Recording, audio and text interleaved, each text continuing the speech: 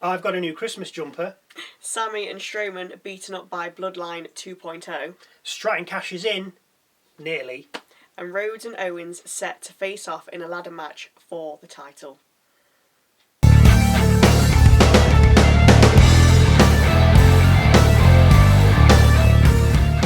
Hello, welcome to Wrestle MSX. I'm Michael. I'm Sally. And a slightly truncated show from us during this festive period, as we don't want to keep you from enjoying your holidays.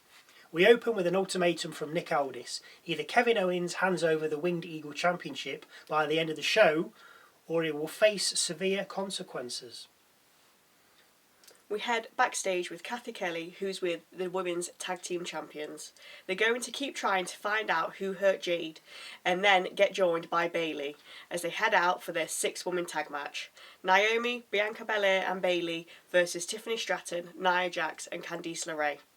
As Nia came out, she questioned Bianca on whether it was her that attacked Jade, as she's bigger, stronger and better, and that Bianca just snapped. Jax then telling her to just own up to it.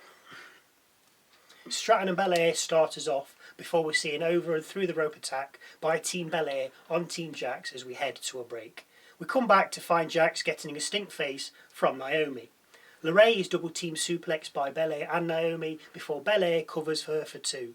Stratton and LeRae have a falling out in the middle of the ring, with Stratton telling LeRae to stay in the corner. We then go move crazy as everyone has a go, and we end up with Naomi bringing Jax down to the mat with a handstand as Jax was sitting on the top turnbuckle. After crashing to the mat, Naomi hits the split-legged moonsault pin attempt, but it gets broken up by Stratton. Stratton then takes a look around, and with everyone else down and out, teases the briefcase cash-in. LeRae, though, snatches it out of her hand. Stratton screams at her that she wants to be champion. LeRae gets back on the apron, tags herself in, and while still arguing with Stratton, who's on the outside, gets hit with a full Nelson bomb and body scissor pin by Naomi. Team Belair win. Backstage we see Grayson Waller trying to invoice Nic Aldis for the destruction of his Grayson Waller set from last week, when they were interrupted by Sami Zayn. Zayn said they should talk as we head to a break. Sami wants revenge on the Bloodline when Carmelo Hayes walks in giving out Christmas cards. Sami tells him to wait his turn to talk. Hayes tells Sami to stay off his show, to which Sami asks Aldis to make it Sami versus Hayes later. Aldis obliges. Next up, Braun Strowman versus Austin Theory. Theory with Waller. Strowman tosses Theory around, who rolls out the ring as we head to a break. We come back and find Theory in control until Strowman throws him over the top rope onto Waller. Strowman leaves the ring and takes out Theory as Waller ducks the impending attack, as always. Braun carries Theory back into the ring, hits him with a running power slam and then covers him for the victory. Back from the break and we have Kevin Owens in his car, claiming to be the true rightful WWE champion as he holds up the Winged Eagle belt. He says he'll come to the arena but only wants himself and Aldis in the ring. Next we hear from the newly crowned Women's United States Champion, introduced by Piper Niven, Chelsea Green, who's dressed as the Eiffel Tower. Statue of Liberty. Yes. She thanks herself, calls the women in the back trolls, and then gets interrupted by Michin. She heads out with a kendo stick, takes out Niven, then enters the ring to attack Green. Green escapes as we then head backstage. Nic Aldis asks DIY if they have anything to tell him about the attack on the Street Profits from a few weeks back. Ciampa says it was terrible, before Aldis says he has 2 eyewitnesses who then appear. Pretty deadly. When Nic Aldis threatens them with unemployment, they spill the beans and say it was Garza. The Profits then turn around, calling out for Garza as they walk around backstage looking for him. They find him within seconds, have a scuffle, Humberto is involved too, and then get separated by security. Aldis is having none of it, ordering them to the ring for a match. We come back from the break with the match already underway, with Humberto down in the ring. Dawkins enters, but gets double-teamed and beaten by both Garza and Humberto, before Ford suffers the same fate after being tagged in and beaten by both of his opponents. Ford finally manages to make the tag, allowing Dawkins to wreck Los Garza and set Berto up for the blockbuster. The move is interrupted though by Los Garza as they turn things around by press slamming Ford down to the mat from the top rope. I've never seen a move like that before. It wasn't amazing, but it was good. Berto follows up with a moonsault and a pin attempt, but Ford kicks out on 2. After B-Fab takes out Elektra Lopez on the outside, who came down with their respective teams, Garza is thrown back into the ring, blockbusted and then covered by Ford, who picks up the win for the Street Profits. It would have been nice to see Los Garza win, especially after the slam from the top rope. Yeah. And moonsault, but storyline. Exactly. We have a vignette from Andrade next, and he's coming for Shadow Shinsuke. Watch yourself.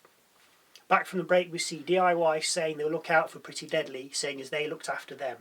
As PD then head off, they bump into the Street Profits, who thank them for the heads up on Garza. Pretty Deadly say, don't mention it, and then make a sharp exit. B-Fab suggests the Profits go talk to Nic Aldis when they come across Motor City Machine Guns, who tell the Profits they got to go to the back of the line for any tag title shots. As the two teams stare at one another, Apollo Crews appears and tells the Profits that it was DIY that attacked them all along. What a grass. Last match of the night, Sami Zayn versus Carmelo Hayes.